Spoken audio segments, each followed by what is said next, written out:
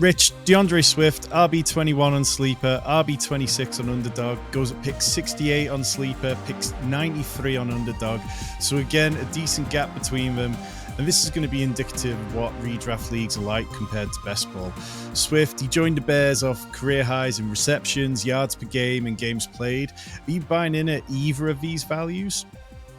No, not at all. I can't get on board with Swift. I just can't get my head around it. This is a guy that's missed time, that has shown, some incredible flashes in the open field, but struggles to run between the tackles, has had, his physicality questioned by pretty much every running back coach he's ever had.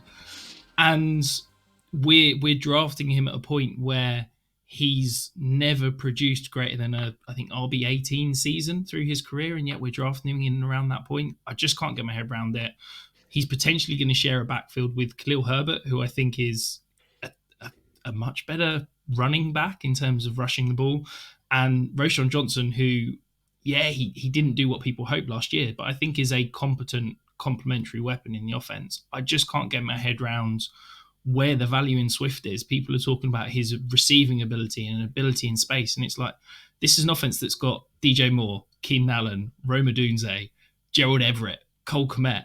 Are we really expecting DeAndre Swift to see the 60, 70 targets that he would need to pay off his ADP? I just can't get my head around it. And the only thing is that the Bears went out and prioritized Swift and threw a load of money at him. And that's kind of the one thing that's maybe holding me back a little bit. But I just don't like the player, and the price for me is astronomical.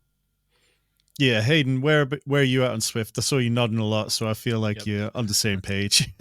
Yeah, I have him as my running back 31, but I have him completely buried in my overall rankings. There's like a tier break to me of the running backs, like David Montgomery goes one round earlier. If things break his way, the Lions are projected for the second most points in the league. I've seen David Montgomery like maintain a big workload.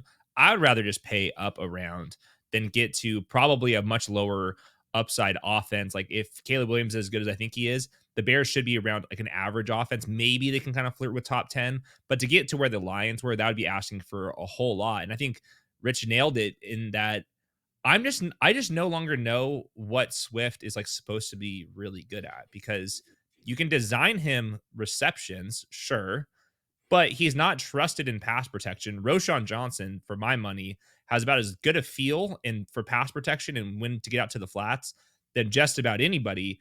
And he proved that as a rookie last year. So I think he's going to be on the field for third downs. I don't know why you would design a screen to DeAndre Swift when you have three monsters at wide receiver. So Khalil Herbert's going to be involved as well. So I think it's going to be a 3-back rotation on an average offense.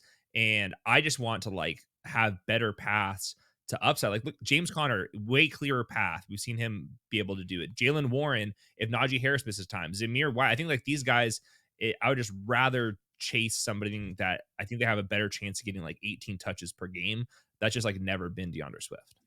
So if Khalil Herbert was moved, which is the popular trade that everybody on fantasy Twitter seems to want to happen, how far up would you move DeAndre Swift at all? Because I spoke to Andrew Erickson on my podcast, Fantasy Pros, this week about how if DeAndre Swift went, I'm not sure I'd really move.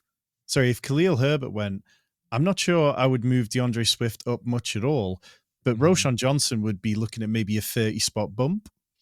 Yeah, that seems about right. I'd move him up a little bit, but I haven't I'm not sure if I've drafted him a single time this year. Like I've done like 80 drafts. I haven't drafted him a single time, so maybe I'd mix him in a little bit. But I don't know why the Bears would want to trade Khalil Herbert. Like DeAndre Swift misses time annually. He's not trusted ever.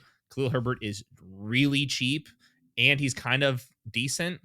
That feels like a player that you want to keep. So I think that is just be a 3-back committee, and in half PPR, and especially in best ball, we need like real upside. So like get out of here with the committees, get out of here with offenses that could be like average, maybe a little bit below average. So there's just more upside with players like on the screen. I think if Khalil Herbert was traded, I'd probably be comfortable taking DeAndre Swift about where he's going now. Yeah. The problem is that if Khalil Herbert was traded, DeAndre Swift's going up 2, 3, probably 4 rounds in ADP, isn't he? Ugh. Yeah. Don't want any of that. Okay. Well, if you're watching this and you're high on DeAndre Swift, let us know in the comments below. I want to believe. Give me a reason to draft him. Dwayne McFarland on the channel for a best ball draft last week, and he still believes in him, but I'm not convinced. If you're finding us for the first time, hit the subscribe button. Loads more redraft, loads of best ball content, and loads of dynasty content right here. We are closing in on 2,500 subscribers. All you got to do is hit that button.